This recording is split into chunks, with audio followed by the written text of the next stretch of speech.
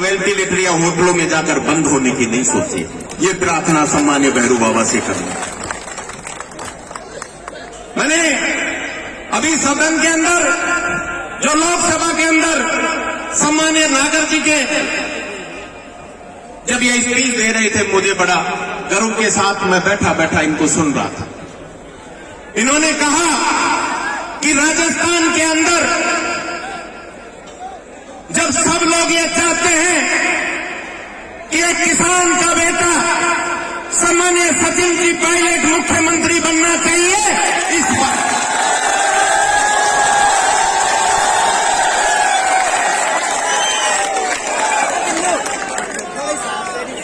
ये इसलिए अभी मैं फिर आपको दोहराऊंगा, लेकिन इसलिए कह रहा हूं ये बात कि ये उस किसान का बेटा है जिसको आपके दुख और दर्द का अनुभव होता है। जब इन्होंने संसद राज्य लोकसभा में कहा कि अब वो दिन दूर नहीं, और मैं तो कहता हूं राजस्थान के नौजवानों से, मेरे किसान भाइयों से, जागो, उठो और जयपुर के सिंहासन की तरफ नजर उठाओ और कब्जा कर लो उस पर। जब तक वो किसान का बेटा मुख्यमंत्री नहीं बने, तब तक चैन से नहीं बैठना है।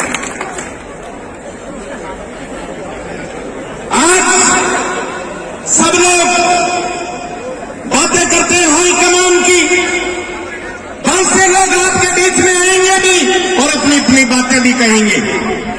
मुझे आज भी याद है, सब 5 मिनट राजेश जी 5 मिनट रुक जाओ, वो भी याद है कि जब एक व्यक्ति चुनकर गया और हाईकमान के आदेश पर उसको मुख्यमंत्री बना दिया।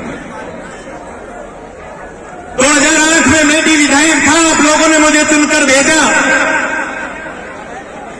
और जब चुनाव आए 2013 के, तो आपको पता है 21 सीटें बच गई थी। और जब राजस्थान के अंदर मरी हुई कांग्रेस को कोई उठाने वाला नहीं था, कंधे पर कोई बिठाने वाला नहीं था, और तब कांग्रेस का हाईकमान को लगा कि राजस्थान के अंदर आप घुस नहीं सकते, तब एक किसान के बेटे को लेकर आए और दिल्ली से लाकर और प्रदेश अध्यक्ष बनाकर इस राजस्थान की भूमि में जब दूसरी सरकारों ने लठ बरसाए, और इस सीने पर लठ खाने वाला कोई और नहीं था जो आज बैठा हुआ, वो एक अकेला आपके बीच में आपका भाई, आपका बेटा, परम आदरणीय सम्मानीय सचिन पायलट है।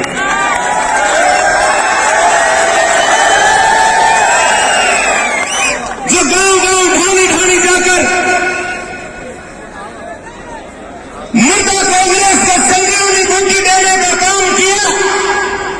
और जब कई बार हम बात करते थे, अभी हमारे बीच में मेरे बड़े भाई धर्मपाल जी जो यहाँ बैठे हुए हैं, वो सिर्फ कितने वोटों से आ गए? सिर्फ 900 वोटों से।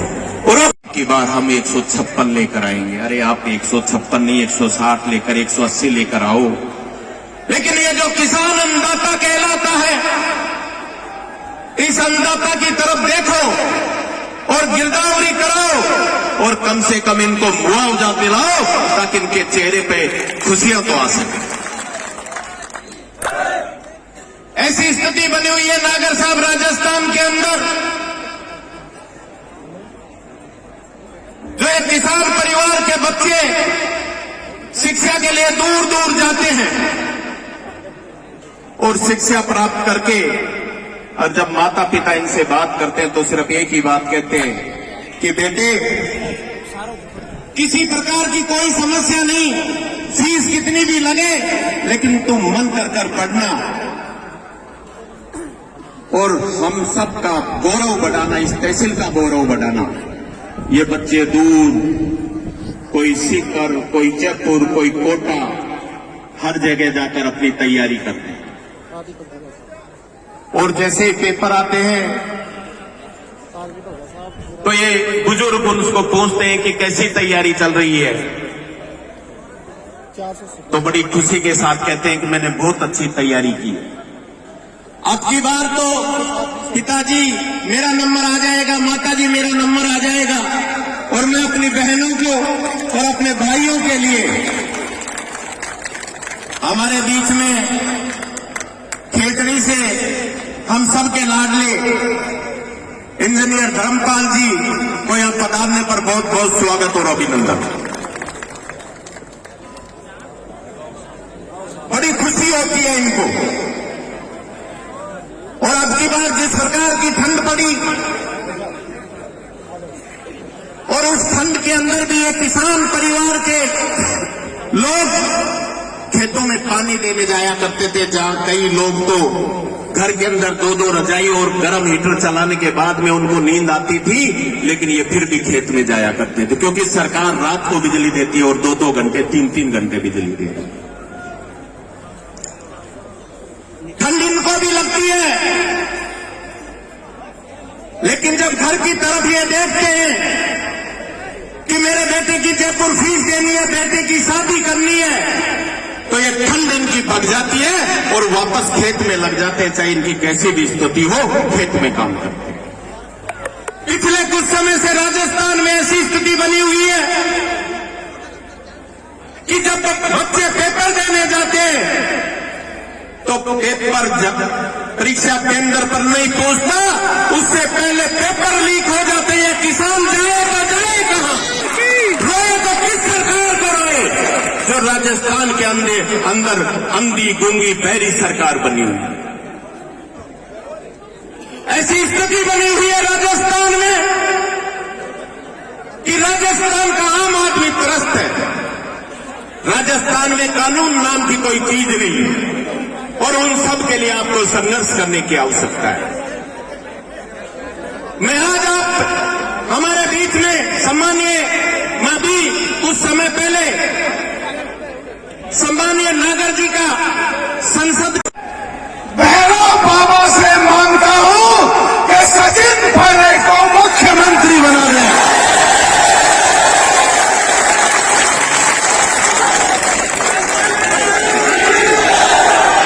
अभी यहां पर एक सज्जन खड़े हुए,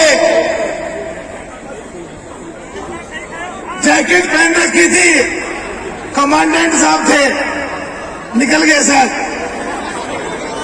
मुझसे कहते हैं कहां 36 बिरादरी के लोग हैं, जरा सोच के बोलना। उन्हें ये नहीं पता कमांडेंट को, जब पार्लियामेंट में बोलता हूं तो 140 करोड़ लोग देखो।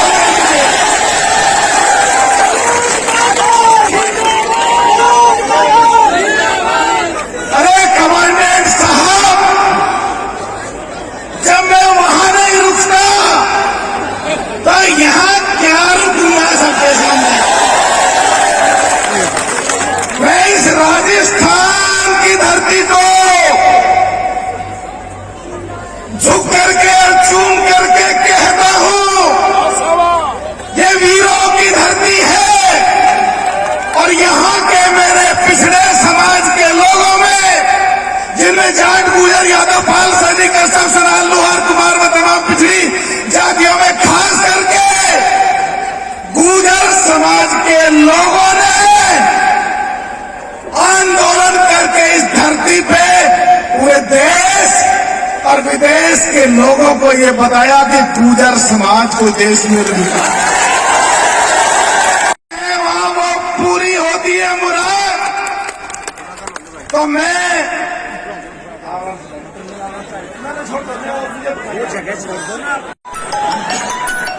इनको कहना चाहता हूं, कसाना साहब, कसाना ही है ना, डबल कसाना, जवान और बुजुर्ग। मुझे याद है जब मैं पहली बार पार्लियामेंट में बोला गुजरों के बारे में, तो मुझसे कुछ लोग कहते हैं आके कि गुजर कौन होते हैं। उससे पहले एक बार सुखबीर जौनापुरिया साहब बोले, तो फिर तो क्रम चालू हो गया मेरा। आप सब लोग जानते हैं, जानते हैं नहीं जानते हो? चाहे देश की कोई रैली हो, चाहे रैली में दूसरे पक्ष के लोग स्टेज पर मेरे साथ बैठे हो, चाहे टेलीविजन हो, चाहे पार्लियामेंट हो, जिस जाति में मैंने जन्म लिया मुझे गर्व है और मैं ठोक करके बोलता हूं सबके बारे में। पीछे मेरे बैठे हैं मफलर। जो बात धर्मपाल जी भाई साहब ने आपको कही, उस बात का मैं पूरी तरीके से समर्थन करता हूं। हम लोगों के ऊपर हमेशा यही आरोप लगता है, और मैं